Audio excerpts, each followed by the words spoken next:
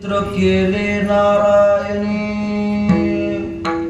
ये दशे चरित्र केले नारायणी रंगता गोधने राखिता हे सोंग सारिले या रूपे अनंते पुढे ही बहुत करणे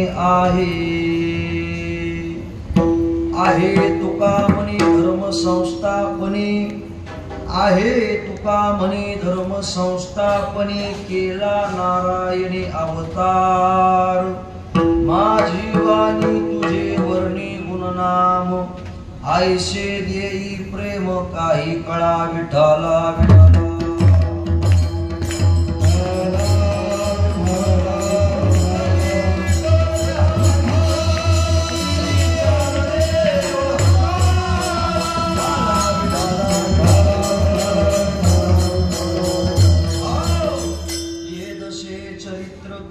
नारायणी रंगता गोधने राखिता माझी वाणी तुझे वर्णी गुणनाम आयशे देई प्रेम काही कळा पांडुरंगा करू प्रथम मन दुसरे चरण संतांच्या त्यांच्या कृपादानी कथेचा विस्तारो बाबाजी सद्गुरुदास तुका ओम नमो ज्ञानेश्वरा करुणाकरा दयाळा तुमचा अनुग्रह लाडलो पावन झालो चराचरी नमो सद्गुरु तुकया ज्ञानदीपा नमो सद्गुरु सच्चिदानंद रूपा नमो सद्गुरु भक्त कल्याण मूर्ती नमो सद्गुरु भास्करा पूर्ण कीर्ती संपाद्य ज्ञानंच विधाय भक्तिं विलोकितो येन समाधिराजः वैराग्यवन्तं सुविचारयुक्तं नमामि जोगं शिरसा गुरुं तं यस्य स्मरणमात्रेण मन्दोऽपि विबुधायते सन्तं तं परमोदारं वंदे पंकट स्वामीनं माझ्या बोबडिया बोला माझ्या बोबडिया बोला माझ्या बोबडिया बोला माझ्या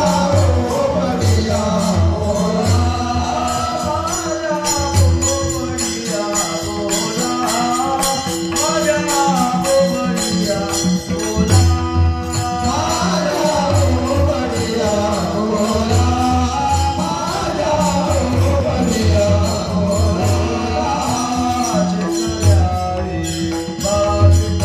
माझ्या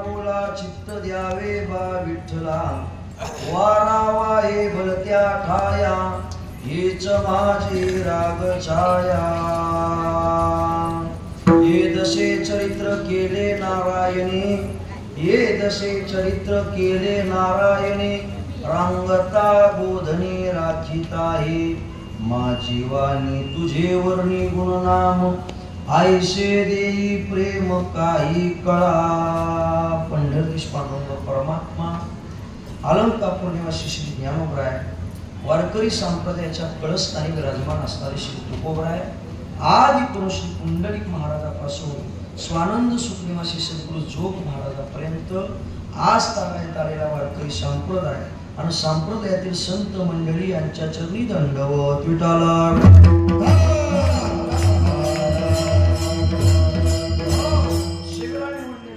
संत श्रेष्ठ तुकाराम महाराज यांचा असून प्रस्तुत अभंग हा बालक्रीडा प्रकरणातील असून प्रस्तुत अभंगामध्ये संत श्रेष्ठ तुकाराम महाराज आजच्या अभंगामध्ये परमात्म्याची अवतार मीमांसा सांगून परमात्म्याने मात्र कोणत्या स्थितीमध्ये कोणचं चरित्र केलं याच्या संबंधानं गोड असं विवेचन करतात.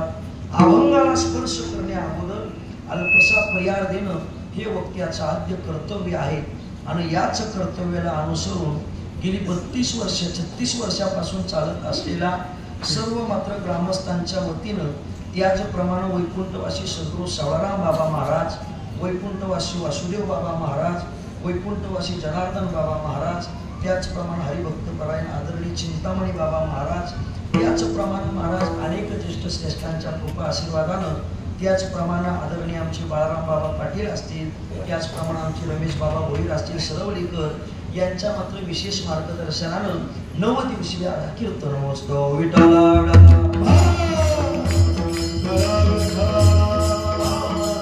कीर्तन सेवेकरता उपस्थित असणारे सर्वच माझे आदरणीय असणारे सर्व मंडळी, त्याचप्रमाणे उत्तम असणारे विनेकरी बाबा, उत्तम असणारे आमचे चिपळ्यावाले बाबा, उत्तम असणारे आमचे पकवाजवाले आमचे तुकाराम दादा असतील, त्याचप्रमाणे आदरणीय आमचे किने महाराज असतील, सर्व मात्र योगेश दादा आहेत, सर्व ज्येष्ठ श्रेष्ठ मंडळी आहे. तसं पाहिलं तर सर्वाचा परिचय नसल्यामुळं सर्वाचा नाव करणं शक्य नाही, पण सर्व ज्येष्ठ श्रेष्ठ मंडळी आहे. जेव्हा आम्ही कीर्तन करत नव्हतो तेव्हापासून मी या मंडळीला पाहतो. आदरणीय आमचे तुकाराम दादा, आदरणीय आमचे किने महाराज, लहान असताना असं वाटायचं ही मंडळी आमच्या कीर्तनात कधी वाजवतील आणि कधी गातील, पण मात्र ते सत्यामध्ये आहे. आळंदीमधून आल्यानंतर अशी सर्व ज्येष्ठ श्रेष्ठ मंडळी आहे. सर्वांचा नामोल्लेख न करता विशेष करून मात्र हा नवरात्रीचा उत्सव इथं गेली 36 वर्षापासून मात्र साजरा होतो. आणि एक विशेष वाटतं, बाकी मात्र नवरात्र उत्सव पाहिले तर लोकांनी कीर्तनं बंद केली आणि संगीत खुर्च्या सुरू केल्या. संगीत खुर्ची करू नये या मताचा मी नाही, पण मात्र तेही असावं, पण त्याच्या जोडीला मात्र कीर्तनही असावं. कारण की भगवान परमात्म्याला या आई मातेला हे कीर्तन आवडतं. कारण की लक्षात घ्या, तुम्ही आम्ही नवरात्र उत्सव म्हणजे तुमच्या आमच्या रीतीनं काय असतं, वेगवेगळ्या प्रकारचे रंगाचे कपडे घालणं आणि देवी पूर्ण मात्र आपल्याला वाटलं तसं नाचणं, पण याच्या संबंधानं मात्र सत्वगुण प्राप्त होण्यापेक्षा तमोगुण जास्त प्राप्त होतो. कशाच्या संबंधानं ज्ञानोबराय म्हणतात, रूपनृत्याची पुरवणी ते पुढाडोळे भारणी गीत भाटी व शरणी करणं. जेव्हा तुम्ही आम्ही नाचतो तेव्हा महाराज ओपनच बोलतो, लक्षात घ्या बरं का, जेव्हा तुम्ही आम्ही नाचत असतो तेव्हा आपल्याकडं पाहणारे अनेक असतात. मग आपल्याकडं पाहून त्यांच्यामध्ये विकार तयार होण्यापेक्षा मग याच्यामध्ये याला भक्ती कशी म्हणता येईल, म्हणून पुढाडोळे भारणी गीत भाटी व शरणी करणं. तुमच्या आमच्या मात्र कानाला ते ऐकल्यानंतर तमोगुण प्राप्त झाला नाही पाहिजे. तो नाच बघितल्यानंतर तुम्हाला तमोगुण प्राप्त झाला नाही पाहिजे. मग गाणं कसं असावं, नाचणं कसं असावं, रामकृष्ण गीती गात टाळची पया वाजवीत. या आई मातेला या प्रकारचं गाणं आवडतं, या प्रकारचं नाचणं आवडतं. आणि तुमच्या आमच्यासारखे नाचणारे त्या देवी पुढे नाही.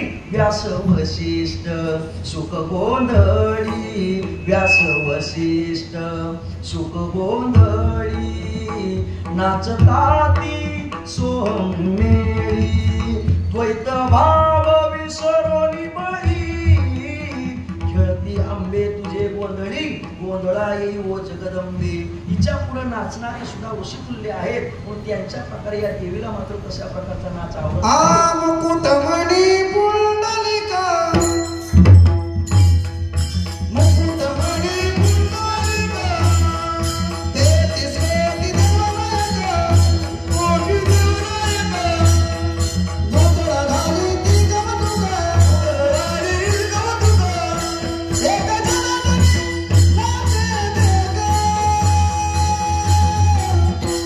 गोंधळा येई माझ्या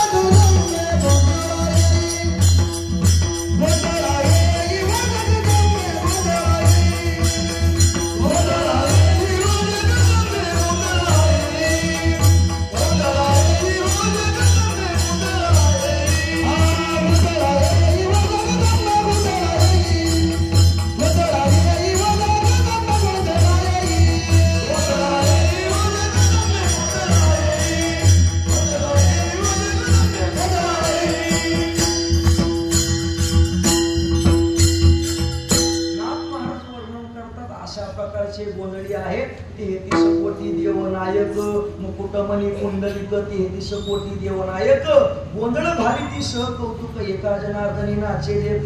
तसं पाहिलं तरी आई मातेचे खरे गोंधळी आपण आहोत आणि तिला जसं वाटतंय तसं मात्र आपल्यामध्ये नाचणं होतंय, तसं मात्र गाणं होतंय. म्हणून द्यावेत तेवढे धन्यवाद थोडे आहेत. जे आईला मातेला मात्र जे मान्य आहे त्या प्रकारचे नवरात्र उत्सव तुम्ही आम्ही साजरा करतो आणि याची सांगता म्हणून आजचं हे काल्याचं कीर्तन. तसं पाहायला गेलं तर काल्याच्या कीर्तनाकरता मात्र बहुश्रुत मनुष्य द्यायला लागतो.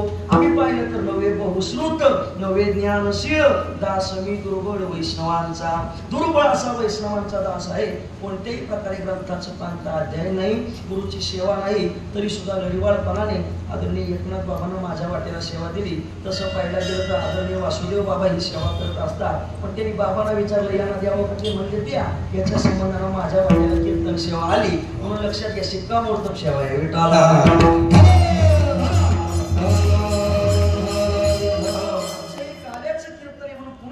सर्वांचे चरणी दंडवत करतो आणि अल्पशा वेळेत पदापदाचं चिंतन करण्याकरता प्रवृत्त होतो. शिवेला निवडलेला अभंग संत श्रेष्ठ तुकाराम महाराज यांचा असून प्रस्तुत अभंगामध्ये संत श्रेष्ठ तुकाराम महाराज परमात्म्याचे अवतार मीमांसा सांगून परमात्म्यानं कोणत्या कोणत्या मात्र स्थितीमध्ये चरित्र केलं याचं वर्णन आजच्या अभंगामध्ये करतात. ध्यान देऊन ऐकलं म्हणजे कीर्तन कळून जाईल. आजचं हे काल्याचं कीर्तन आहे आणि काल्याचं कीर्तन म्हणजे प्रसादाचं कीर्तन. आजच्या या कीर्तनामध्ये आम्हाला प्रसाद मिळतो. मग तुम्ही आम्ही महाराज खातोच ना प्रसाद. या प्रसादात आणि या प्रसादामध्ये काय मात्र वेगळे आहे तर तिथं तुम्ही आम्ही प्रसाद देतो पण इथं परमात्मा प्रसाद देतात, तिथं संत प्रसाद देतात. भानुदास गीतिगात प्रसाद देतो पंढरीनाथ. या काल्याच्या कीर्तनामध्ये भगवान परमात्मा तुम्हा आम्हाला प्रसाद देतात. मग का हो महाराज भगवान परमात्मा तुम्हा आम्हाला प्रसाद देतात म्हणजे कोणी पण आलं आणि इथं प्रसादाचा अधिकारी झाला असं नाही. प्रसाद घेण्याकरता याची अनुवाद सदा सर्व काळ करोनी गोपाल काळा सेवू. तुम्हाला आम्हाला जर मात्र या प्रसादाचा जर अधिकारी व्हायचा असेल तर परमात्म्याच्या चरित्राचा उच्चार केला पाहिजे. मग परमात्म्याच्या चरित्राचा उच्चार केला पाहिजे पण कोणत्या चरित्र ते उच्चारावे. चरित्र ते उच्चारावे. चरित्र ते उच्चारावे. चरित्र ते उच्चारावे. चरित्र ते उच्चारावे. चरित्र ते उच्चारावे. चरित्र ते उच्चारावे. चरित्र ते उच्चारावे.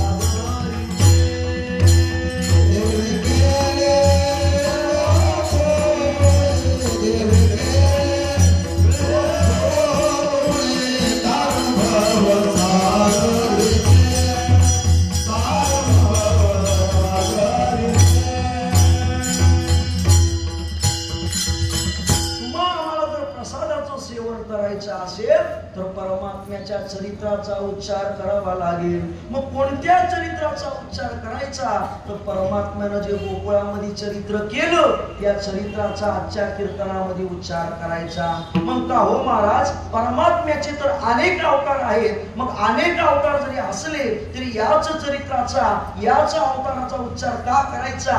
अनेक जरी अवतार असले तरी मात्र भगवान श्रीकृष्ण परमात्म्याचा अवतार परिपूर्णतम साक्षात श्रीकृष्ण नान्य वही. भगवान परमात्मा एक कार्यार्थ मागत्य.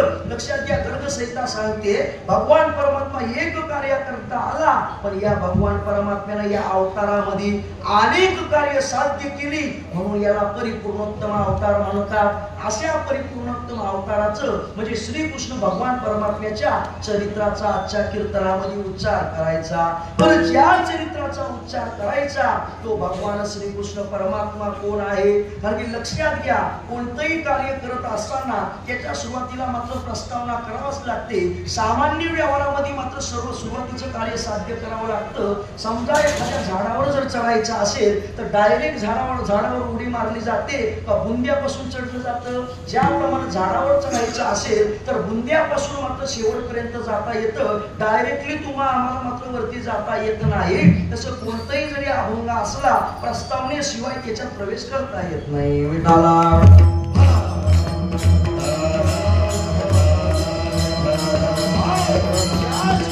परमात्म्याची अवतार मीमांसा आम्हाला पाहायची. पण त्या अवतारामध्ये कोणत्या अवस्थेत परमात्म्याने चरित्र केलं हे आपल्याला पाहायचं. पण का हो महाराज, ज्याच्या चरित्राचा उच्चार करायचा तो मुळात कोण आहे, पण त्याच्या चरित्राचा उच्चार का करायचा याच्या संबंधाने आपल्याला प्रपंच मांडायचा आणि अभंगामध्ये आम्हाला प्रवेश करायचं. ध्यान देऊन ऐकलं म्हणजे कळून जाईल. भगवान परमात्म्याचं जर मुळात जर स्वरूप पाहिलं तर तो भगवान परमात्मा कसा आहे ते तव निर्विशिष्ट परब्रह्म चोखट याचे अंतोट व्यंजक नाम. तो भगवान परमात्मा मुळात कसा आहे तर भगवान परमात्म्याचे मूळ स्वरूप आहे ते म्हणजे निर्गुण निराकार. एक पदार्थ असतो दृश्य आणि दुसरा पदार्थ असतो अदृश्य.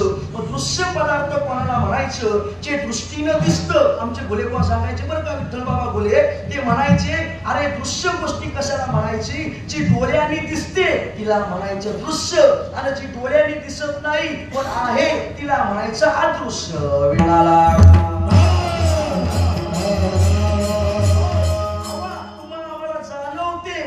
अदृश्य आहे, पण अदृश्य आहे म्हणून मानायची नाही का? अदृश्य असली पण जाणवते म्हणजे मानायचं. दुधामध्ये आम्हाला तूप आहे का नाही? आहे. मग ते दिसतं का?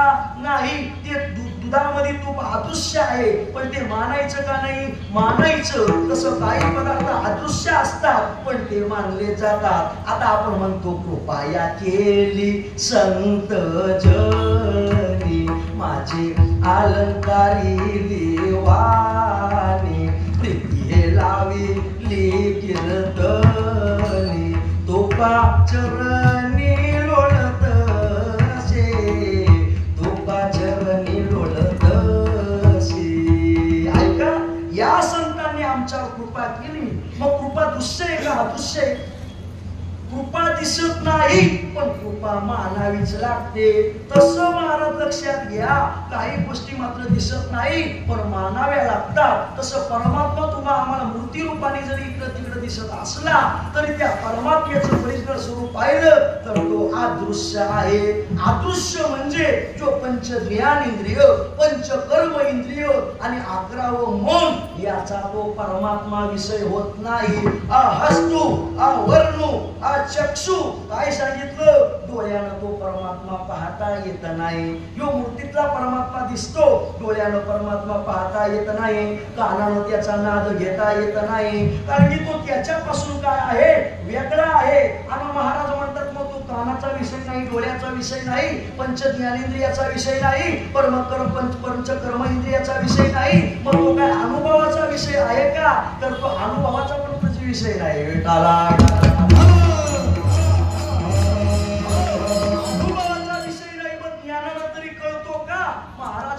तो ज्ञानाचा सुद्धा विषय नाही. अरे तीच गोष्टी त्याच्यानं कशी जाणायची बरं? साखर कशी लागते? गोड. मग साखर ओरिजिनल तिची गोडी आहे का नाही? ती मुळात ती गोड आहे. मग तिला गोडपणा कशाला द्यायचा? साखर गोडच, तिला गोडपणा कशाला द्यायचा? परत चंद्राला कशाची उटी लावायची? चंदनाला उटी लावणं चुकीचं, उटी लावताच येत नाही. आकाशावर कशाचा मंडप घालायचा? आकाशावर जसा मंडप घालता येत नाही, चंदनाला जशी ओटी लावता येत नाही, तसं महाराज म्हणतात साखरेला कशाची गोडी देता येत नाही. तसं महाराज व निर्गुण निराकार परमात्मा आकळला जात नाही. आकळण्याकरता महाराज म्हणतात त्याला रंग नाही, रूप नाही, वर्ण छाया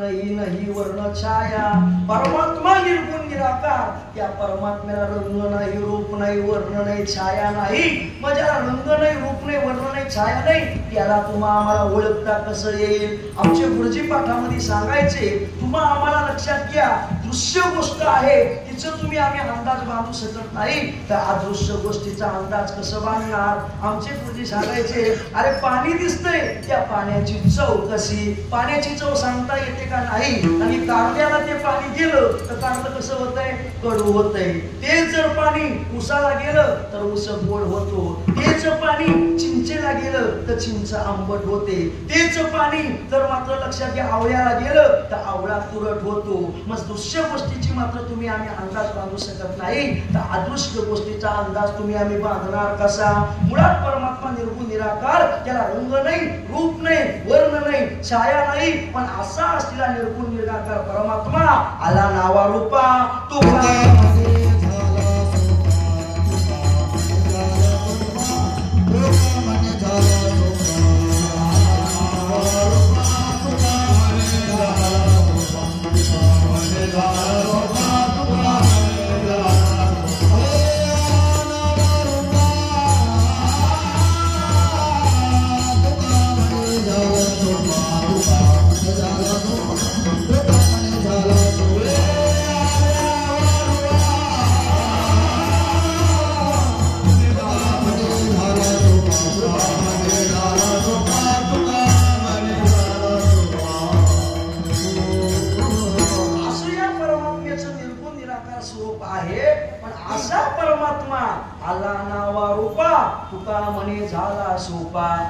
तोच परमात्मा अवतीर्ण झाला मग का हो महाराज तोच परमात्मा अवतीर्ण का झाला मला सांगायचं यत्यार्थ करून घ्या अवताराची आपल्याला मीमांसा पाहायची म्हणून मात्र या प्रकारची प्रस्तावना मांडली आहे म्हणून लक्षात घ्या तो भगवान परमात्मा निर्गुण निराकार तो निर्गुण निराकार परमात्मा अवतीर्ण झाला नावा रूपाला आला मग का हो महाराज तो भगवान परमात्मा निर्गुण निराकार आहे मग त्याच दिशेनं मात्र त्याच्या समाधानात त्याला कार्य करायचं ना त्याला मात्र अवताराला येण्याची जरूरत काय तर लक्षात घ्या भगवान परमात्मा अवताराला आल्याशिवाय कोणचंच कार्य होणार नाही आता ध्यान देऊन ऐका म्हणजे कळून जाईल समजा एखादा शेठजी असेल एखादा सावकार असेल त्याला जर कोणतं काम करायचं असेल तर तो स्वतः करतो का आपल्या नोकराला पाठवतो आपल्या नोकराला पाठवतो का नाही मग शेठजी सावकारापेक्षा परमात्मा मोठाच आहे का नाही तो जगाचा सावकार आहे का नाही तो जगाचा मात्र परमात्मा आहे का नाही जगाचा तो शेठ आहे का नाही मग सामान्य जर सावकार असेल सामान्य जर शेठ असेल तर त्याला कोणतं कार्य करायचं असेल तर तो आपल्या नोकराला पाठवतो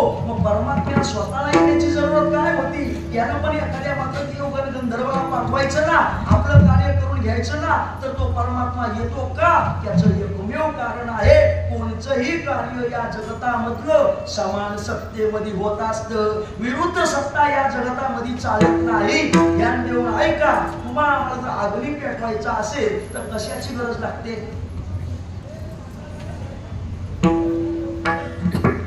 अग्नी कशाला पेटतो लोखंडात पेटतो का मग त्याचं काय इंधन काय त्याचं माचीस असेल बरं माचीस कशाला पेटवायची लाकडाला मग बोलत चालला नाही का अध्यादेव आहे मग ऐका मग माचीस पेटवायची आणि ती लाकडाला लावायची का बरं लाकडी इंधन काय रॉकेल डिझेल हे नंतर पण ओरिजिनल इंधन म्हणजे काय लाकूड बरं अग्नी पेटण्याकरता लाकूडच पाहिजे का माचीस पेटवली लावली लोखंडाला पेटतंय होय झेल महाराज पेटायचं नाही लाकूड आणि अग्नी ही समान सत्ता आहे समान सत्तेत कोणतं पण कार्य घडत असतं बरं मडकं बनवायचं गाडगं बनवायचं काय लागतं त्यात मला माती लागते का कोणी म्हणलं का बाबा आम्ही मात्र इथून रेती काढून आणली आणि रेतीचं गाडगं मडकं बनवलं रेतीचं मडकं होत नाही कोणी म्हणलं आणि प्लॅस्टिकचे तुकडे आणले आणि त्याचं मडकं बनवलं होत नाही का बरं माती आणि मडकं ही समान सत्ता आहे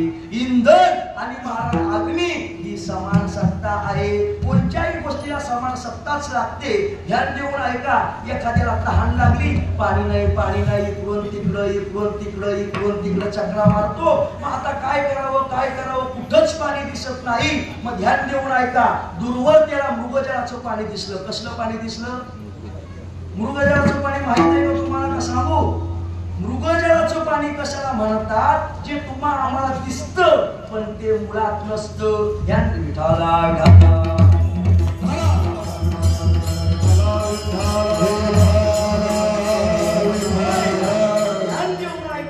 ज्याप्रमाणे जर लक्षात घ्या मडकं बनवायचं असेल तर माती आणि मडकं ही समान सत्ता आहे. अग्नी पेटण्याकरता लाकूड आणि अग्नी ही समान सत्ता आहे. तहान भागवायचे असेल तर ओरिजिनल पाणी पाहिजे. त्याला मृगजळाचं पाणी जमणार नाही. एखाद्याने ठरवलं मृगजळाच्या पाण्यावर मी शेती करणार, जमल का हो? यानं काय म्हणतात मृगजळाची तरी ते तिथे दुर्चिन्ने आली ते पाणी सारी केली लावेशी काही. मृगजळाच्या पाण्यावर काही सारी केली उगवत नाही का? मृगजळाचं पाणी नसतं. मग शेती करण्याकरता ओरिजिनल पाणी आणि शेती समान सत्ता आहे. माती आणि गाडगं समान सत्ता आहे. अग्नी आणि महाराज म्हणतात इंधन ही समान सत्ता आहे. या जगतातलं कोणचंही कार्य असेल ते समान सत्तेत होतं, विरुद्ध सत्तेत होत नाही. म्हणून परमात्मा आणि जगाचं कार्य ही समान सत्ता म्हणून तो अवतीर्ण होतो. विठाला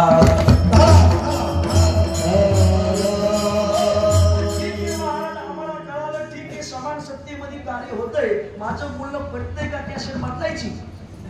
हा पटतंय ना. नाही तर काही लोक म्हणतात महाराज असं हसवा असं हसवा का लोक हसून हसून मेले पाहिजे.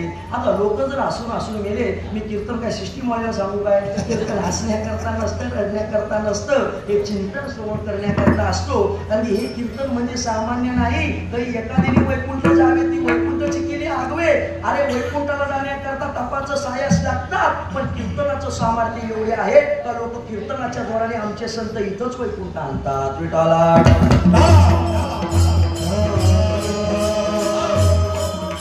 लक्षात घ्या परमात्मा निर्गुण निराकार. तो निर्गुण निराकार परमात्मा आकळला जात नाही म्हणून तो नावारूपाला येतो. बरं तो परमात्मा नावारूपाला आला मग महाराज म्हणत काय येतो? जसं एखादा सामान्य माणूस सामान्य शेठची नोकर पाठवतो, मग परमात्म्याने पण नोकर पाठवून जगाची उलाढाल करायची ना. तोच परमात्मा काय येतो? कोणचंही कार्य कोणत्या सत्तेमध्ये होतं? समान सत्तेमध्ये होतं. समान सत्तेत कार्य होते म्हणून परमात्माचा अवतीर्ण होतो. मग एखादे हुशार माणसं असतील, एखादे जरा हुशार माणसं असतील, ते काय म्हणतील तुमच्या देवाचं तर आम्ही लय मोठं वर्णन ऐकलं, त्याच्या शक्तीने महाराज सगळं होते का नाही? मी बोलविल्या वेदू बोले, मी चालविल्या सूर्य चाले, मी हलविल्या प्राण आले आहे. माझा जगाचा चालक मालक आहे का नाही? त्याच्या सत्तेने सर्व काही होतं. मग त्याच्या सत्तेने जर सर्व काही होतं तर मात्र सत्तावान असलेला परमात्मा तो कशाला तिकडूनच त्यांनी निर्गुण निराकार त्या अवतारामध्येच त्या संबंधांमध्ये त्यांनी जगाचं कार्य करायचं ना. त्यालाच यावं का लागतं? याच्या संबंधांना मात्र काही विचार आहे. शास्त्रकार म्हणतात तो जर परमात्मा इथं अवतीर्ण झाला नाही तर मात्र तुमच्या आमच्या मात्र कोणते सूत्र हलणार नाही किंवा तुमची आमची त्याला दया येते म्हणून मात्र तो परमात्मा अवतीर्ण होतो. सुरुवातीच्या प्रस्तावनेतच तुम्हाला सांगितलं परमात्म्याचं ओरिजिनल स्वरूप कोणतं? निर्गुण निराकार. पण निर्गुण निराकार परमात्म्याची उपासना करायची असेल तर कोणती साधना करावी लागते? योगाची साधना करावी लागते. पण योगाच्या साधनेकरता चित्ताची काय लागते? एकाग्रता लागते. आता खरं सांगा तुमच्या आमच्या चित्ताची एकाग्रता आहे? कीर्तनात बसल्यावर 100 वेळा आपण घड्याला पाहणारी माणसं तुमच्या आमच्या चित्ताची एकाग्रता होईल कधी? आणि निर्गुण निराकार परमात्म्याची उपासना करता येईल कधी? महाराज म्हणतात मन शांत बसवणं सोपं नाही. ते मन चंचल आहे, ते मन चपळ आहे. जाता येता न लगे वेळ बसतंय कीर्तनात पण घरी मात्र त्याचं मन जातंय. असं हे मन आहे. मग असं चंचल चपळ मन असलं तर त्या चंचल चपळ मनानं योगाची साधना होईल कधी? आणि निर्गुण निराकार परमात्म्याची उपासना होईल कधी? महाराज शक्य नाही म्हणून तो निर्गुणातून सगुण होतो.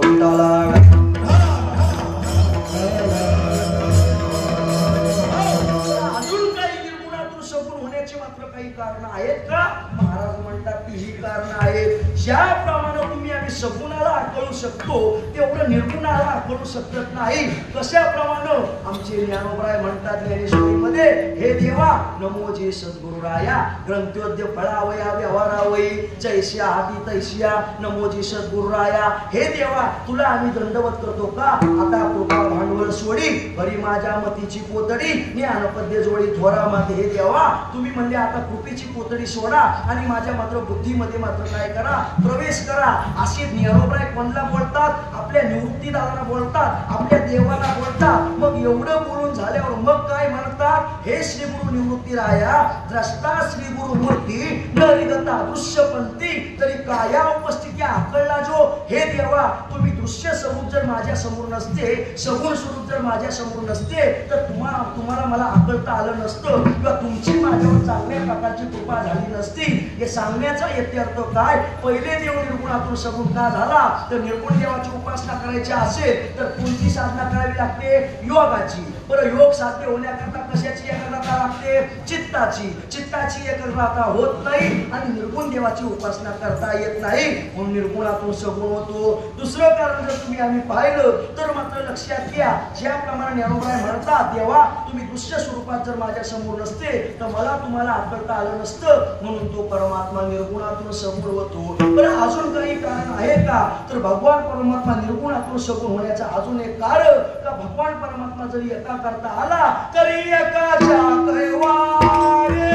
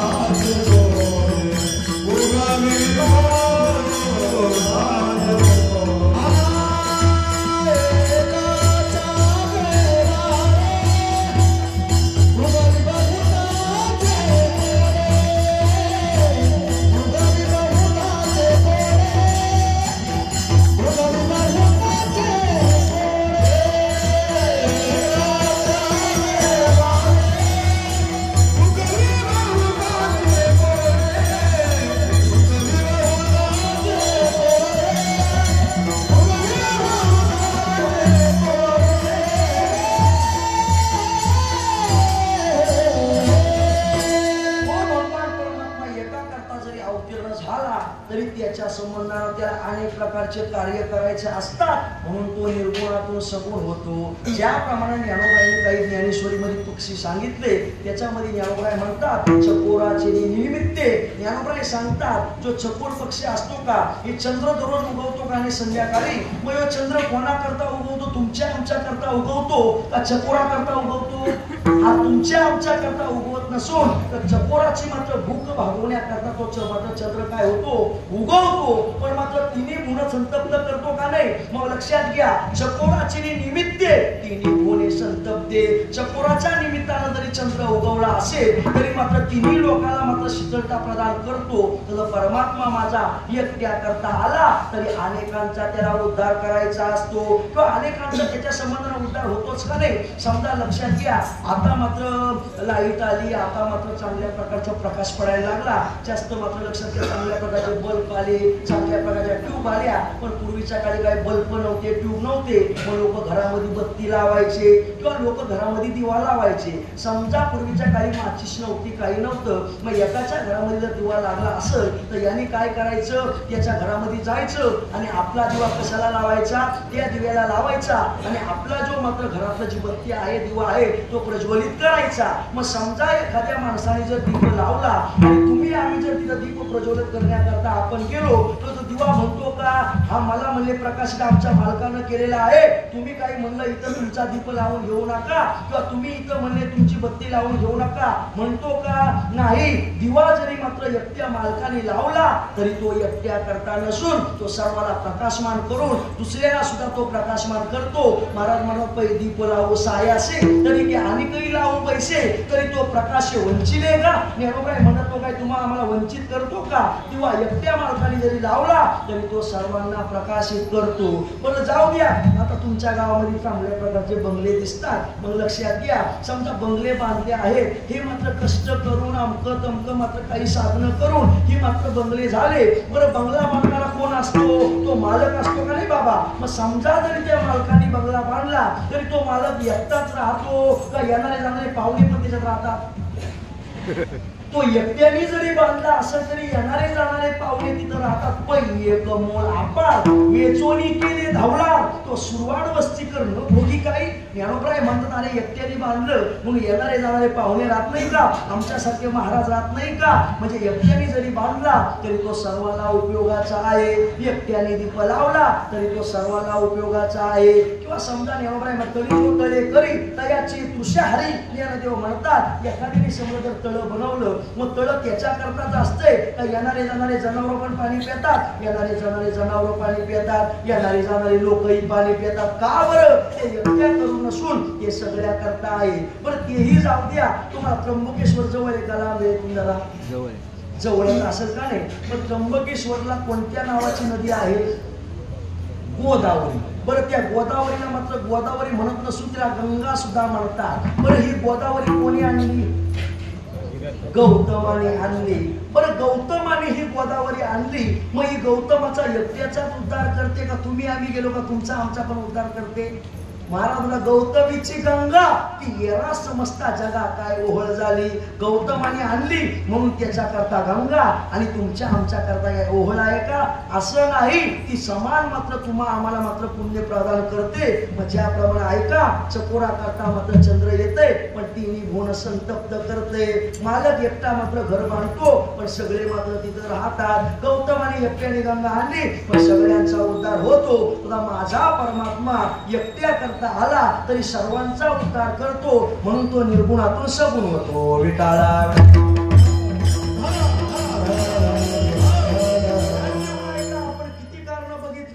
भगवान परमात्मा निर्गुण निराकार, पण मात्र भगवान निर्गुण निराकार परमात्म्याची उपासना करण्याकरता योग करावा लागतो.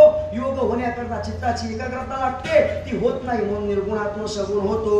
दुसरं कारण जर असेल तर त्या परमात्म्याची मात्र जर ध्यान धारणा करायची असेल तर निर्गुण निराकार परमात्मा आकळला जात नाही, तो सगुण लवकर आकळला जातो म्हणून तो निर्गुणात्म सगुण होतो. तिसरं कारण जर असेल तर त्या परमात्म्याला एका करता जरी आला तरी अनेकांचा उद्धार करायचा असतो म्हणून तो परमात्मा निर्गुणातून सगुण होतो.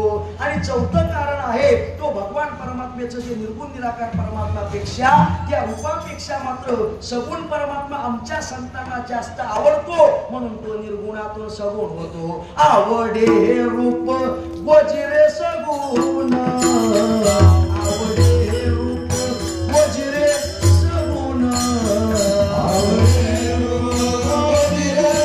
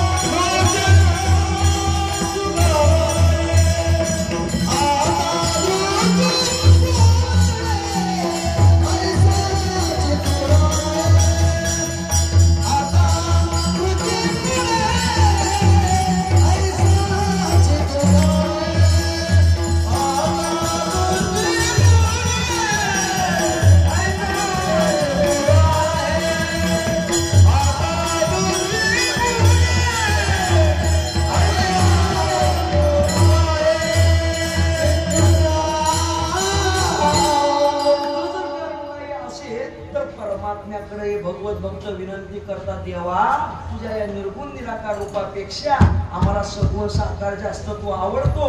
आवडे हे रूप गोजिरे सगुण पाहता लोचन सुखावले. हे देवा आम्हाला हे सगुण रूप तुझं जास्त आवडतं, म्हणून तो निर्गुण परमात्मा सगुण रूपामध्ये येतो.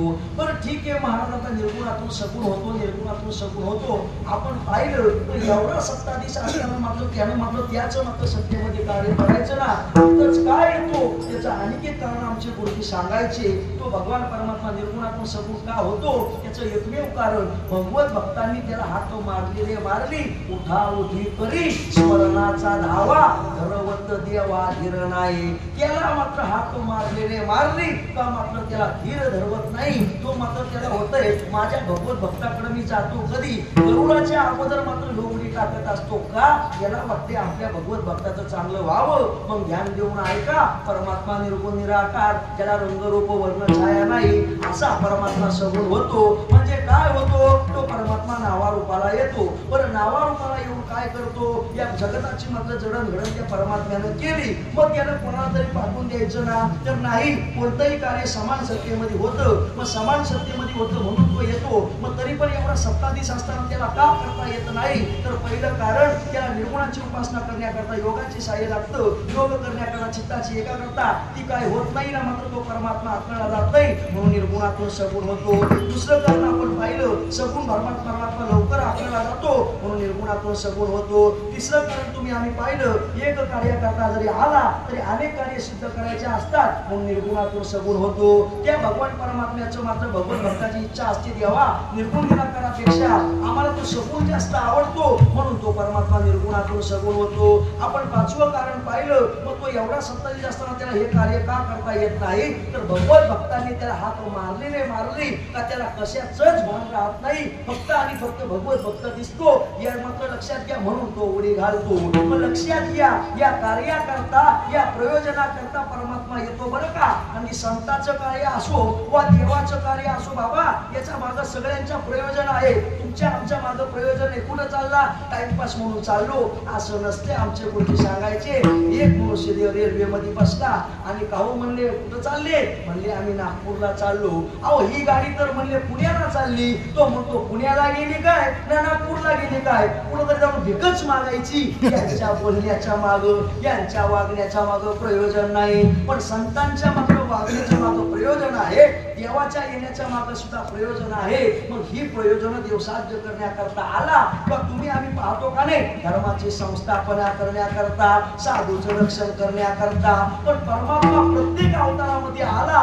हे कार्य परमात्म्याकडून साध्य झालं. काही अवतारात काय झालं, काही अवतारात काय झालं, पण परमात्म्याला काही लीलांचा आनंद घेता आला नाही. मग तो घेता आलं नाही म्हणून भगवान परमात्म्यानं या श्रीकृष्ण रूपी अवतारामध्ये भगवान परमात्म्यानं तो आनंद घेण्याकरता हे चरित्र केलं. अभंगाचं प्रथम चरित्र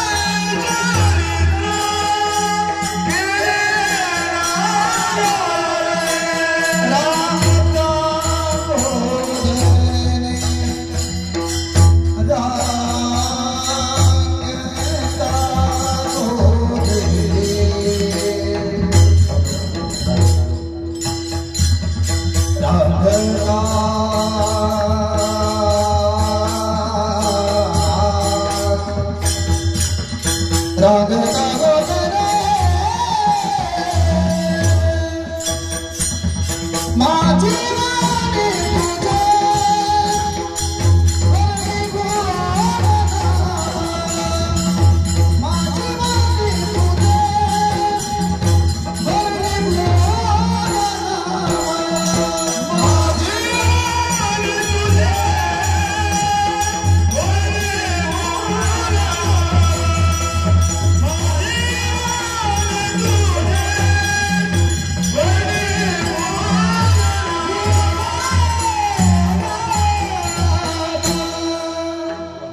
याला म्हणायचं समय सुचतेनं चाली म्हणणं. हे तर महाराज लक्षात घ्या, जसा अभंगाचा भाव असेल तशाच प्रकारच्या चाली तुमच्या आमच्या निघाल्या पाहिजे. तर अभंगाचा भाव मात्र करून रसात नाही तर करून रसातली चाल पाहिजे. ती मात्र शब्द काय सांगतात आपल्या चाली असं असते. लोक मला गोष्टी नाचायला लागतात. लोक नाचायला असण्याकरता भजन नाही, वैराग्य तयार होण्याकरता भजन आहे. विठाला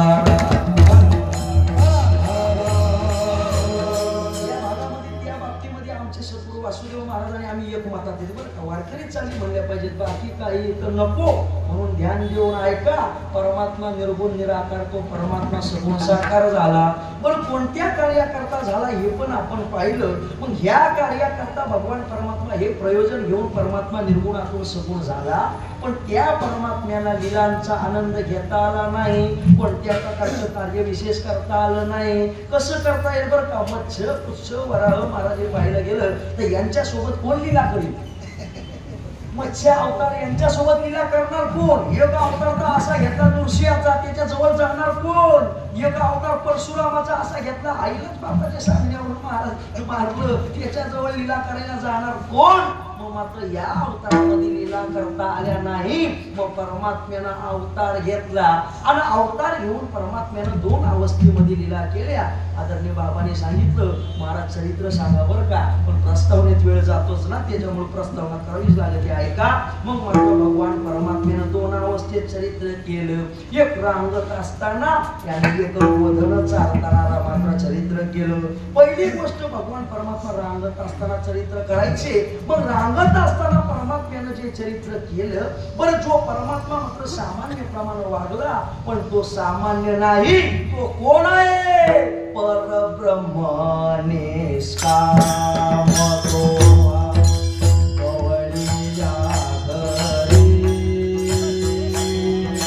वाक्यावाळू अंधू कृष्ण नवनीत जोडी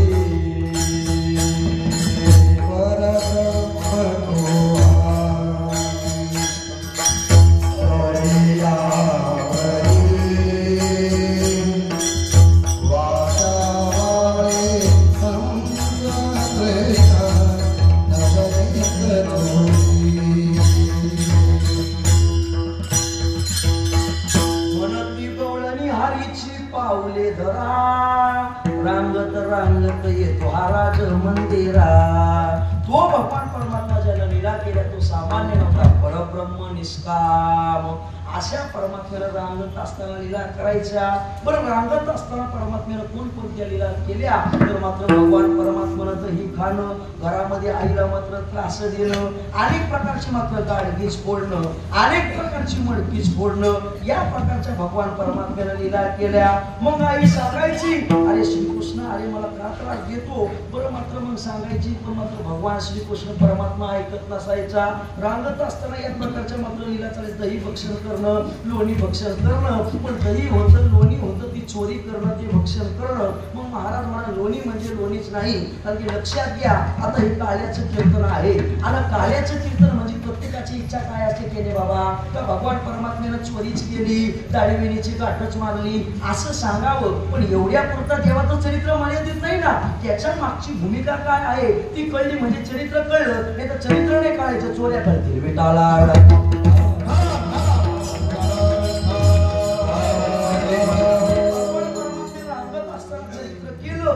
दुसरी म्हणजे गोधना असताना मात्र चरित्र केलं. गोधन राखत असताना सुद्धा भगवान परमात्म्यानं चरित्र करायचं. मात्र लोणी चोरायचं, दही चोरायचं आणि मग गावामध्ये मात्र प्रॉपर्टी लोणी सुटायचे का ग म्हणले. आपलं लोणी कोणी चरलं, लोणी कोणी चोरलं. मग मात्र यशोदेला सांगायला यायचे तुझे पोरग म्हणले लोणी चोरतय. मग मात्र यशोदेने विचारायचं का रे म्हणले श्रीकृष्णा तू म्हणले लोणी चोरलं का. मग याने सांगायचं मे नाही दधी खायो, मे नाही दधी खायो जसोदा मैया, मे नाही दधी खायो न जसोदा मैया, मे नाही दधी खायो.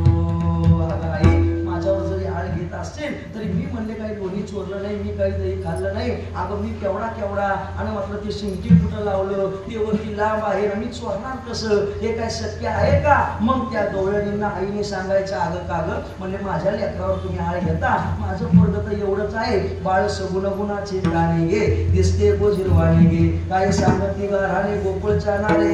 अगं का ग माझं 5 वर्षाचे माझे बाळे घे, अंगणी माझ्या खेडे गे, तुम्ही लटकाच घेता आळ गे गोकुळच्या नारी. अगं एवढं एवढं 5 वर्षाचं माझं बाळ आहे आणि तुम्ही म्हणले लटका याच्यावर आळ घेता आणि म्हणले तुमची चुकी आहे ना ग, तुम्ही लपून याची बोठी घे, लागता याची पाठी घे, तुमची एवढी चरित खेटी खोटी घे गोकुळच्या नारी. तुम्हीच म्हणले याची खेळणी चोरता, तुम्हीच लपून याचा भवरा घे, आळ घेता सारण घरा घे, तुम्ही त्याचे भवरा चोरता, तुम्ही त्याचा चेंडू चोरता, तुम्ही त्याचे म्हणले अनेक प्रकारचे खेळाचे सामान्य चोरता आणि तुम्हीच म्हणले माझ्या लेकरावर आळ घेता. मग मात्र म्हणायचे ठीक आहे तुझं पोरग आहे ना म्हणून मात्र तुला त्याची दया येते. कारण की आपलं पोरग कसंही जसं असलं तरी आपल्या पोराची आपल्याला दया येते का नाही. आमचे सद्गुरू महाराज सांगायचे हिचं पोरग असं आहे तर याला उन्हामध्ये बॅटरी घेऊन बघावं लागतंय तरी म्हणते वा काय माझा वाघ आहे, बरं तुझा वाघ बुवा म्हणायचे. डांबरी मेन कापड गुरुजीचा शब्द बरं का आमच्या म्हणजे असला आहे. मग महाराज जस तरी पोरग कसंही जरी असलं तरी आपल्या पोराला ते आपल्या आईला ते गोडच वाटलं का नाही. तसं महाराज या श्रीकृष्ण परमात्म्याच्या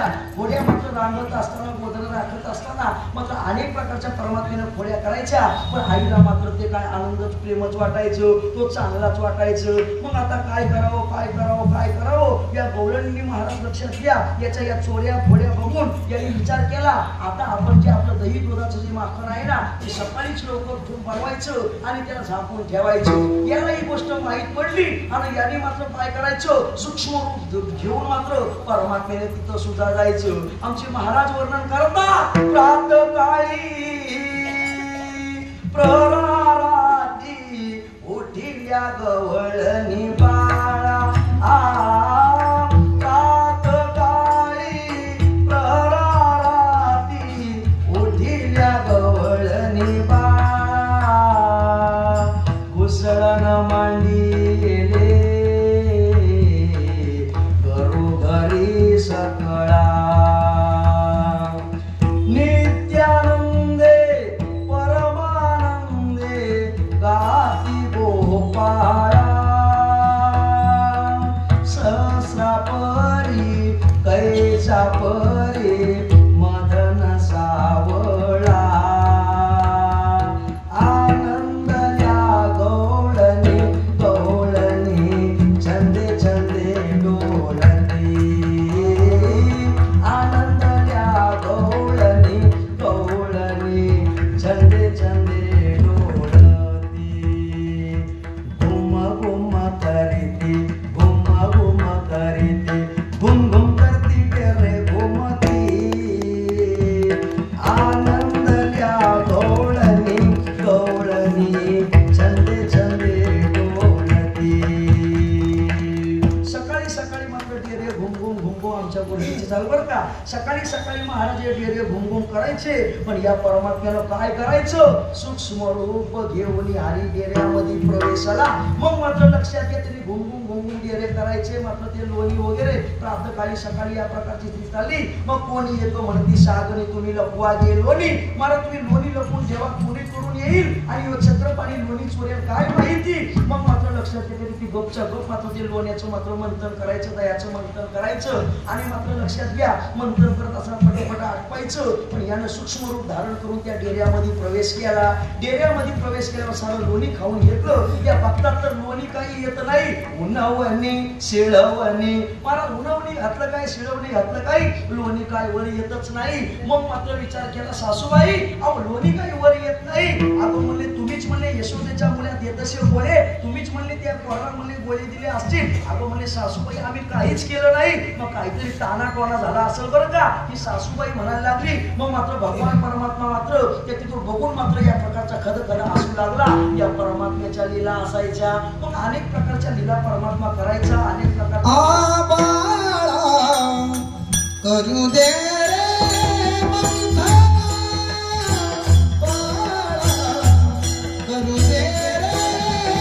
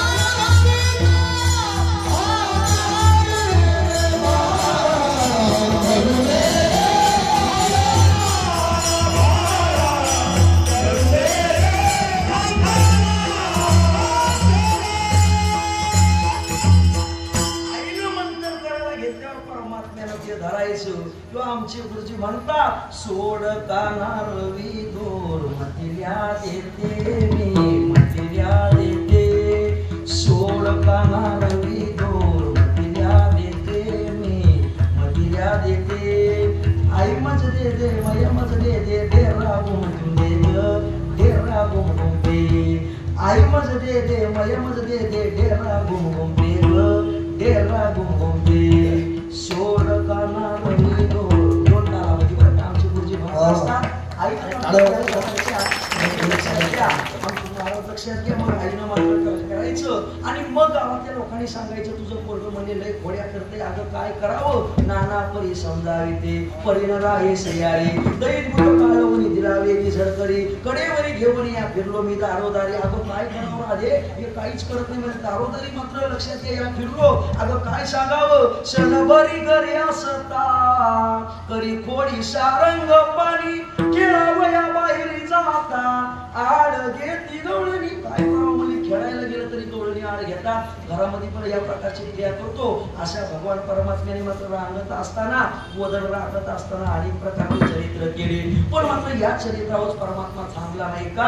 हे सोंग सारे यामध्ये आनंदी पुढे बहुत करणे आहे का नाही. मग लक्षात घ्या भगवान परमात्म्याचा बळ झाल्या दिला आणि पुढे बहुत आपल्याला पण करणे आहे आणि परमात्म्याला पण मात्र कार्य करणं आहे. आणि का परमात्म्याचा अवतार मुळात मात्र याच करता नव्हता. तुका म्हणे आहे धर्म आहे तुका म्हणे धर्म संस्थापने केला नारायणी अवतार विठोबा.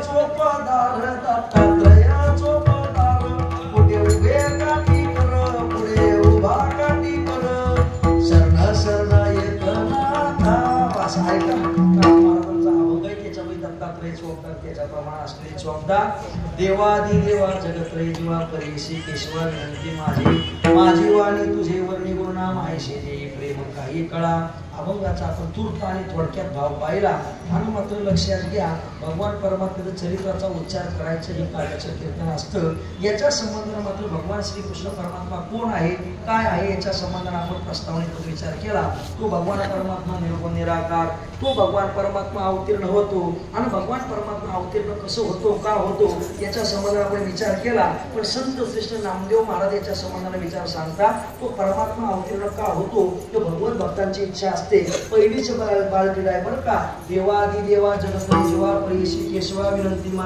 माझी वाणी तुझे वर्णी गुणनाम आयशे देई प्रेम काही कळा कळा तुझा पाशी आमचे जीवन उचित गुणी देई आम्हा शरणागता तुझाचे आधार तू तव सागर कृपा सिंधू पाय वाट जोडे तुझ्या नावे बळतील कर वे दुस्तरती हे देवा अरे तू म्हणले ज्याप्रमाणे तुझं नाव घेतल्यानंतर सागरामध्ये दगड तरलं जातात आमचं जीवन तरण्याकरता तुझी आवश्यकता आहे याच्या संबंधाने केलेली भगवान परमात्म्याची भक्ती आणि त्या भक्तीच्या संबंधाने होतं काय पुण्यकाळ त्यांचा राहिला शेवबा आणि जसं पुण्याचा काळ उभा राहिला बरोबर देवकीच्या गर्भा देवकीच्या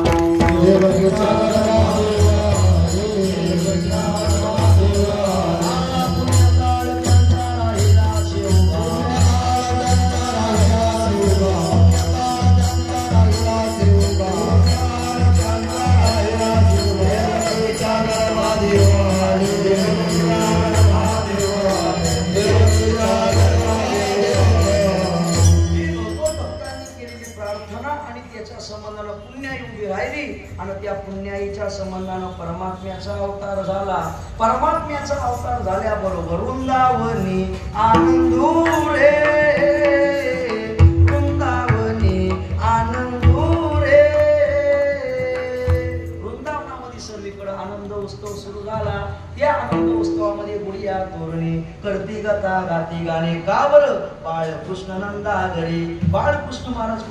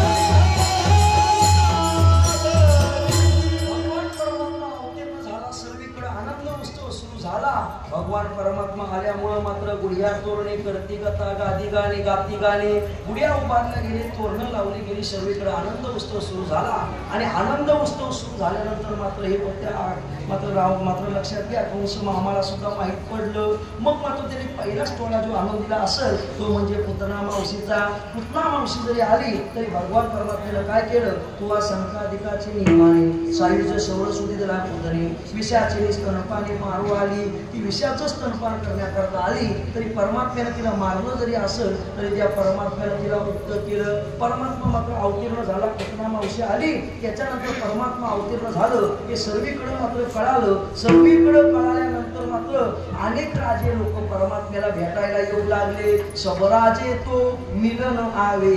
सर्व राजे लोक परमात्म्याला भेटायला लागले का? प्रगट भयो भगवान मथुरामे. प्रगट भयो भगवान. परमात्मा प्रगट झाल्यामुळे सर्व लोक राजे लोक भेटायला आले. पण कसे आले? सोड दिया अभिमान. अभिमान सोडून देवाजवळ आले. काही लोकांना कीर्तनात आले तरी वाटते बुवानं माझं नावच नाही घेतलं. बायको घेते का तुझे नाव? आम्हाला आमच्याकडून अपेक्षा करतो. महाराज तुझा अभिमान सोडून देवापर्यंत जावं लागतं बरं का. त्या गवळणी चालल्या होता रासक्रीडा करता. कागद कुठं चालल्या? म्हणले रासक्रीडा चालले. आम्हाला पण यायचं. म्हणजे तुला यायचं असेल तर म्हटलं सर्व गर्व सोडून बाई चला रे पाशी. चला बाई वृंदावनी रासक्रीडा पाहू. चला बाई वृंदावनी रासक्रीडा पाहू. नंदाचा बाळेने केला नवलाऊ. भगवान परमात्म्याची रासक्रीडा तिथं मात्र जायचं असेल तर अहंकार सोडून जायचं लागतं. मग अहंकार सोडून राजे लोक परमात्म्याला भेटायला येऊ लागले. परमात्म्याच्या मात्र परमात्मा आता वाढू लागले. परमात्मा राहू लागले. परमात्म्याच्या पुढ्या वाढू लागल्या. काय करावं काय करावं काय करावं? सगळ्या गावामध्ये बोबाट सुटला. काग म्हणले पोरग कोणाचे? काळे सावळे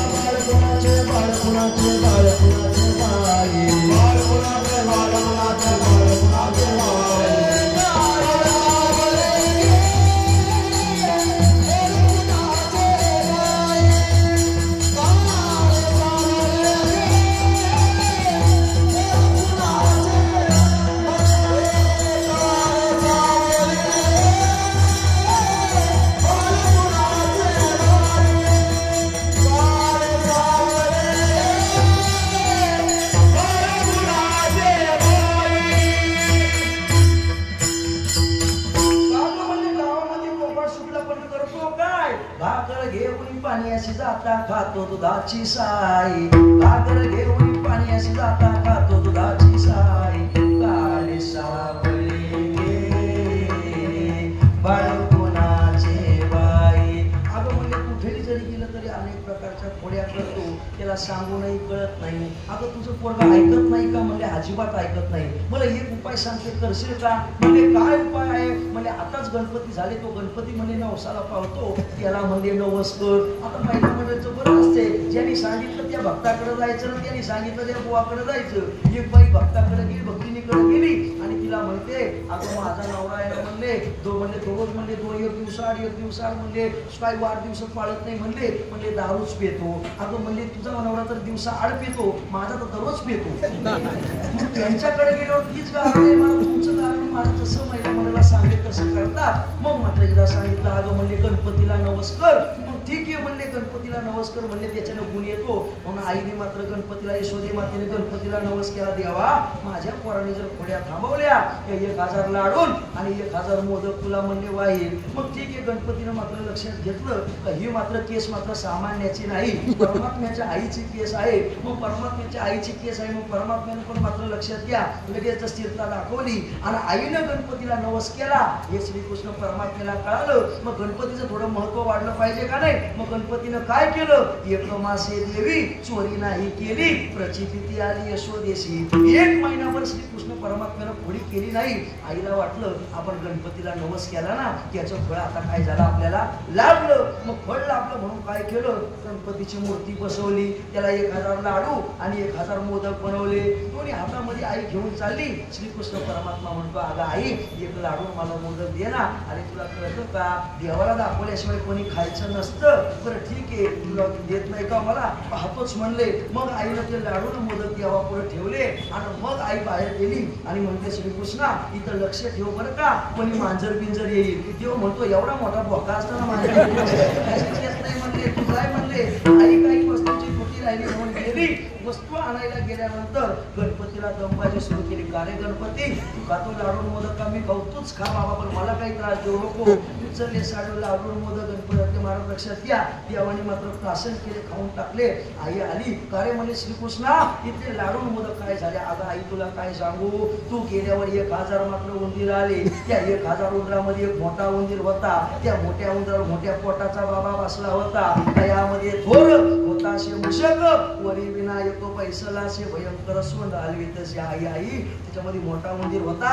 त्या मोठ्या उंदरावर मोठ्या पोटाचा बाबा बसला होता. तो भयंकर सोंड असा हलवीत होता. त्यांनी सर्व त्या उंदरांना लाडू मोदक वाटून टाकले. मग अरे तू का नाही मला बोलवलं? अगं आई तुला कसं बोलू मी, एवढा मला भीती वाटली का नाही? आता बघा जगाला घाबरवणारा ह्यो बाप, जगाचा भूत, ह्यो पंढरीचे भूत मोठे आल्या गेल्या झडपे वाटे, ह्यो सगळ्यात मोठ्यात मोठा भूत आहे. आणि याला कोण ह्यो कोणला घाबरतो होय? मग लक्षात घ्या, आई मला भीती वाटली तर काय करू, जाऊ दे, गणपती तर आला ना, जाऊ दे, आता देवा पुढे काहीच नाही, काहीतरी आणावं म्हणून आईनं काय केलं, गुळ वाटली. मात्र गुळ आणि खोबरं मात्र आणण्याकरता गेली. परत गणपतीने देवाला मात्र गणपतीला देवानं काय केलं, दमबाजी सुरू केली. का रे गणपती, तुझ्यामुळे मला लाडू मोदक खायला लागले, ते पोटामध्ये व्यवस्थित काही बसले नाही, जा पोटात आणि व्यवस्थित कर.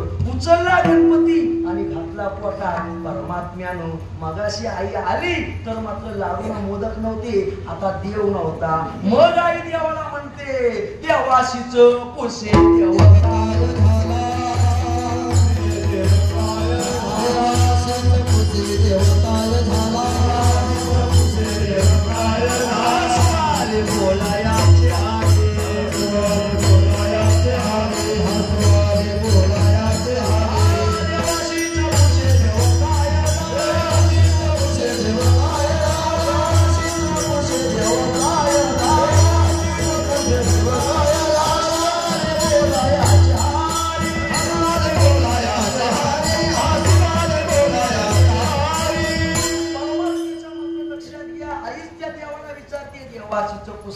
काय झाला.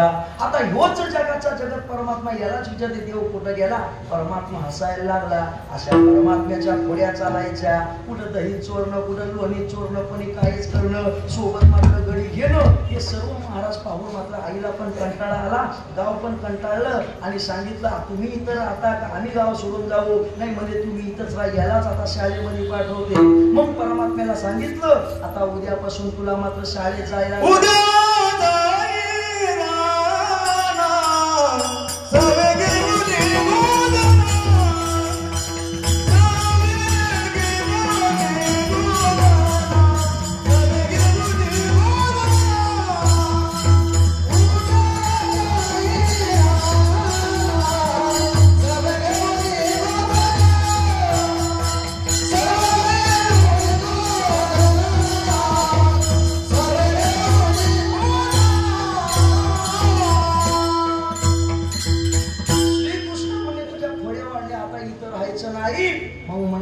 शाळेत जायचं. बरं कोणत्या शाळेत? गाई गुरं राखण्याकरता जायचं. आई मी जाणार, पण म्हणजे मी एकटा जाणार नाही. मग तुला कोण पाहिजे? सवे नवलक्ष सवंगडे, पशुपाल वेडे बागडे, सुदामा बोले बोबळे ते आवडे गोविंदा. ते सुदामा वगैरे मात्र हे बोबडे बोलत होते, कसे पण जरी दिसत होते, पण परमात्म्याला त्यांची आवड होती बरं का. गवळी याची ताक पिरे, कोण पोरे चांगले, कोण पोरे चांगले, कोण पोरे चांगले. लेकरं बसले कसे पांढरे फट कपडे घालून बसले का नाही, त्यांचे कपडे कुठं तोंड कुठं काय कुठं, कोणी कोबडं असतं कोणी कसं, पण परमात्म्याला ते आवडत होते. म्हणून तुम्ही काय कपडे घालता हे नाही देवाला आवडत, तुमची भक्ती किती ही आवडते.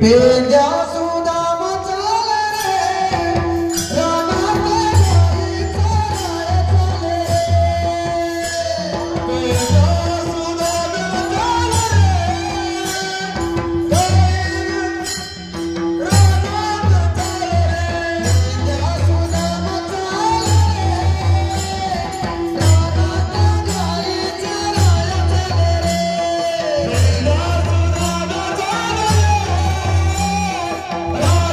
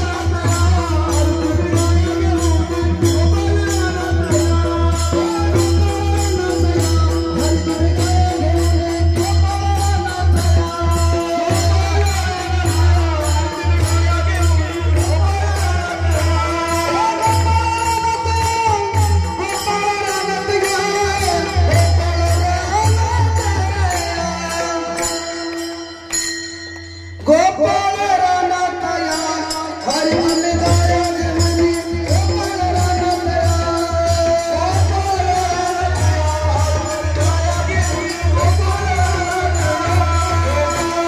कृष्ण भगवान की जय. भगवान परमात्मा आणि गोपाळाचा गायी राखण्याकरता निघाले. काही संपत आल्यामुळे आणि संपलाच असं मुळे पटापटा आता निघाले. आता गायी गोपाळ मात्र सर्व गायी राखण्याकरता निघाले. परमात्म्यानं तिथं गायी राखायच्या. त्या गायी म्हणजे सोप्या नव्हत्या. तुम्ही आम्ही ज्या गायी राखतो त्या गायी नव्हत्या. कामणी राख म्हणे रे. सगळ्या गायी तुम्हाला आम्हाला राखता येतील. पांढरी असेल, काळी असेल, मोरी असेल, पंचिका असे ना, ती गाय मात्र राखता येईल. पण मात्र मनरूपी गाय तुम्हाला आम्हाला राखता येणार नाही. ती मनरूपी गाय जर कोणी राखली असेल, माझ्या परमात्म्यानं गायी राखायचे. पण गायी राखणं हेच त्यांचं काम नव्हतं. अनेक प्रकारचे परमात्म्यानं तिथं अनेक प्रकारचे खेळ खेळायचे. विट्टी दांडू चेंडू लगोरी नाना परी खेळ येला यमुनेच्या तीरी. विट्टी दांडू चेंडू लगोरी नाना परी या प्रकारचे परमात्म्यानं खेळ खेळायचे. बरं अनेक प्रकारचे खेळ खेळायचे. तिथं पण परमात्म्यानं मात्र खोड्या करायच्या. गोपिका मात्र दही दूध घेऊन जाताना पाहिल्या तर या भगवान परमात्म्यानं काय करायचं, या गोपिकांना मात्र अडवायचं आणि मात्र त्यांचं दही लोणी असेल ते भक्षण करायचं किंवा त्यांची मडकी फोडायची, त्यांची गाडगी फोडायची आणि त्यांना अडवून ठेवायचं. आणि मग त्याने म्हणायचं, अरे देवा सासूरवासिनी आम्ही गवळणी जाऊ दे रे हरी, बहु वेळ लागता सासू सासरे कोपत घरी. अरे श्रीकृष्णा, आम्हाला अडवतो, आमची मडकी गाडगी फोडतो, पण आम्हाला जर घरी जाण्याकरता वेळ झालं तर आमच्या सासू सासरे कोपतील का नाही? केव्हाच्या गवळणी आताचे नाही बरं का. त्या सासू सासरे कोपतील घरी. अरे आम्हाला बहु वेगळ्या लागल्यानंतर आमचे सासू सासरे आम्हाला मारतील का नाही, बोलतील का नाही? पण आमची काही मात्र तू लक्ष देऊ. आमच्याकडे काही म्हणले, आमची दही तू मात्र चोरू नको, आम्हाला काही अडवू नको. ते झालं का परमात्म्याने दुसऱ्या लीला करायच्या. कोणी जर गवळणी मात्र स्नान करण्याकरता आल्या तर भगवान परमात्म्यानं त्यांना सुद्धा तिथं अडवायचं. त्यांची सुद्धा मात्र वस्त्र मात्र चोरायची आणि मग मात्र त्यांनी भगवान परमात्म्याला विनंती करायची, हमारी चीर देव नवारी, हमारी चीर देव नवारी. देवा आमचे म्हणले कपडे दे ना. पण भगवान परमात्म्याने सांगायचं, म्हणले लक्षात घ्या, त्यांनी अनेक प्रकारच्या विनंत्या करायच्या, अनेक प्रकारच्या. या संबंधाला नामदेव महाराजांची सुद्धा गोड गवळणी बरं का. त्या मात्र 5 प्रकारच्या गवळणी आहेत. एक मराठी, एक कानडिया, एक मुसलमानी, एक कोकणी, एक गुजरणी. आयशा 5 जणी थकविल्या गवळणी, थकविल्या थकविल्या थकविल्या. एक एक संगतीने थकविल्या, एक एक संगतीने. गवळणी सुंदरी गेल्या यमुने तीरी, गवळणी सुंदरी गेल्या यमुने तीरी. वस्त्र फेडोनिया स्नान करीते नारी, गोविंदाने वस्त्रे नेली कळपावरी. स्नान करोनी आल्या त्या बाहेरी. स्नान करून बाहेर आल्या, मग पाहतात तर आपली वस्त्रे कुठं आहेत. मग प्रत्येकाने आपल्या देवाला विनंती करायची, लाडोबा गोविंदा निर्वाणी आज. अडचालो पडचालो शिर पोड्यानं पोडो. ही एक भाषा झाली.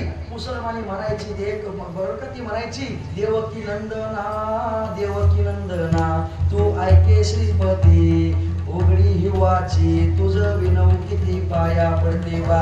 मात्र ही गवळण असेल किंवा मुसलमानी गवळण असेल, अनेक भाषेने ती देवाला वर्णन करायचं आणि मग देवाने मात्र नंतर त्यांना त्यांची वस्त्र द्यायची. अशा प्रकारच्या लीला चालायच्या. मग मात्र लीला चालायच्या, अनेक प्रकारच्या खोड्या चालायच्या. मग ज्याप्रमाणे लीला करून खेळ खेळून मात्र ते दमायचे. ज्याप्रमाणे आता लक्षात घ्या, गांधी बार कोटी भू. तुम्हाला कसं काय कीर्तनाचं सुख, तसं मात्र काय त्यांना आता खेळायचं सुख. मग मात्र लक्षात घ्या, आता काय करावं. मग भगवान परमात्म्यानं सर्वांना सांगावं, सर्वांनी एकत्र यावं आणि मात्र कमलाकृती बसावं. कमलाकृती बसल्यानंतर सर्वांनी आपल्या शिदोऱ्या सोडाव्या. कोणाचं काय, कोणाचं काय, कोणाचं काय तर कोणाचं काय, कोणाचं आंबट, कोणाचं चिंबट, कोणाचं तुरट, कोणाचं काय, कोणाच्या शिदोरीमध्ये काय, कोणाच्या शिदोरीमध्ये काय, कोणाच्या शिदोरीमध्ये शिळ्या भाकरी होत्या, कोणाच्या शिदोरीमध्ये शिळ्या चपात्या होत्या. सर्व काही गोष्टी मात्र प्रत्येकाच्या शिदोरीमध्ये होत्या, पण परमात्मा मात्र मोठ्या घरचा होता का नाही? परमात्म्याची शिदोरी म्हणजे श्री बालाजीचा बेत, श्रीखंड, बासुंदी, गुलाबजाम, लाडू सगळं मात्र परमात्म्याच्या शिदोरीमध्ये. मग परमात्म्याने बघायचं आणि मग त्याला सांगायचं, माझे आहे तैसे पाहे, नाही तरी घरा जाई. माझा आहे तसं मला पाहिजे, नाही तर म्हणले घरा जा, तुम्ही काही पण करा. पण गोपाळ मात्र गरीब होते, ते म्हणायचे, चांगले पोटोने आणावे गोपाळा,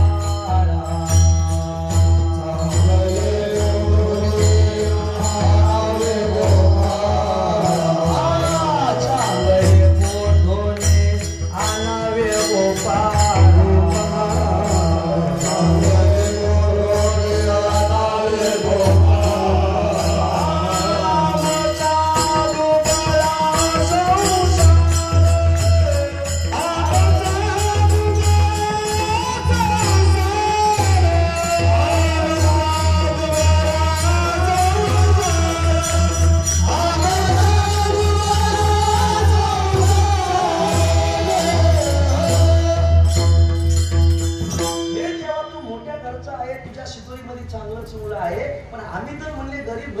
आम्ही दुबळ्या घरचे आहेत ना, हे चांगलं चुंगलं आणायचं कुठून? मग मात्र हे भगवान परमात्म्याला सांगितल्यानंतर तिथं मात्र काही संत होते, गोपाळ होते, त्यांनी मध्यस्थी केली आणि हे देवा, अरे तू मोठ्या खर्च यांनी कुठून आणायचं? मग देवाने ते मान्य करून घेतलं आणि मान्य करून घेतल्यावर बाबा सर्वाच्या ज्या शिदोऱ्या आहेत त्या सर्व एकत्र केल्या, त्याला म्हणतात काला. पण आमचे गुरुजी म्हणायचे काल्याचे 3 प्रकार. कोणते?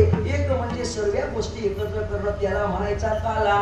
तुम्ही आम्ही मात्र काल्याच्या केंद्रामध्ये दही आणि लाही ही जी एकत्र करतो त्यालाही म्हणायचा काला.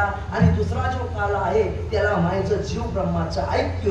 मग गुरुजी म्हणायचे, अरे हा दही लाहीचा जर काला तुम्ही आम्ही खाल्ला तर तुमचं आमचं पोट भरतंय. त्याला काल मर्यादा आहे, ती भूक फक्त कुठपर्यंत जाईल? मात्र सकाळी घरात दुपारपर्यंत मात्र त्याची तृप्ती राहील, दुपारी नंतर परत भूक राहील. म्हणजे ही दही लाई खाल्ली तरी या सुखाला काल मर्यादा आहे. सर्व गोष्टी एकत्र केल्या आणि त्या जरी तुम्ही आम्ही खाल्ल्या तरी पण त्याला काल मर्यादा आहे. पण मात्र किंबहुना सोय जीव आत्मयाची आहे, तेव्हा जे होय तया नाम सुख, जीव ब्रह्माचं ऐक्य हे खरं मात्र काय आहे, त्याच्यापासून सुख प्राप्त होतं. आणि या प्रकारचा काला परमात्म्यानं केला.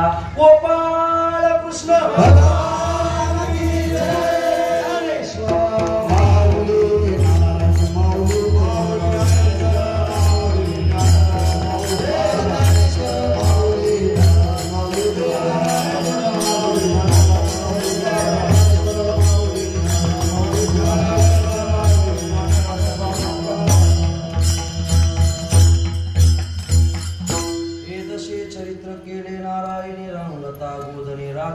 शेवला निवडलेला अभंग संत श्रेष्ठ तुकाराम महाराज यांचा असून 52 तास अभंगावर आपण पूर्ण भाव पाहिला आणि अर्ध्या तासात शेवटच्या वेळेमध्ये आपण चरित्राला थोडक्यात वर्णन करायचा प्रयत्न केला. कारण की महाराज लक्षात या वेद जाणून गेला, पुढे मौनावाला नाथ महाराज हरिपाठा सांगतात त्या परमात्म्याला वेद जाणण्याकरता गेला, पण तो मौन पाळला, मौन झाला. वाच्य वृत्तीनं त्याला त्याच्याविषयी बोलता आलं नाही. तुम्हा आम्हाला बोलता कसं येईल? मग जसं जोग महाराजांनी ज्ञानोबाईंनी बुद्धी दिली तसं बोलण्याचा प्रयत्न केला.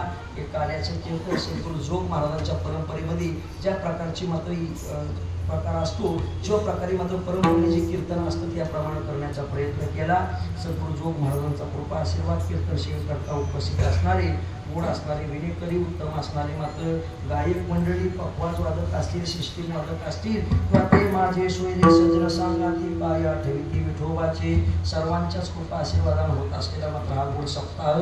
त्याच्यामध्ये सद्गुरू सावळाराम बाबा महाराज, सद्गुरू वासुदेव बाबा महाराज, सद्गुरू जनार्दन बाबा महाराज, चिंतामणी बाबा महाराज अनेक मात्र लक्षात घ्या. त्याच्यामध्ये विशेष सर्वांचा कृपा आशीर्वाद आहे.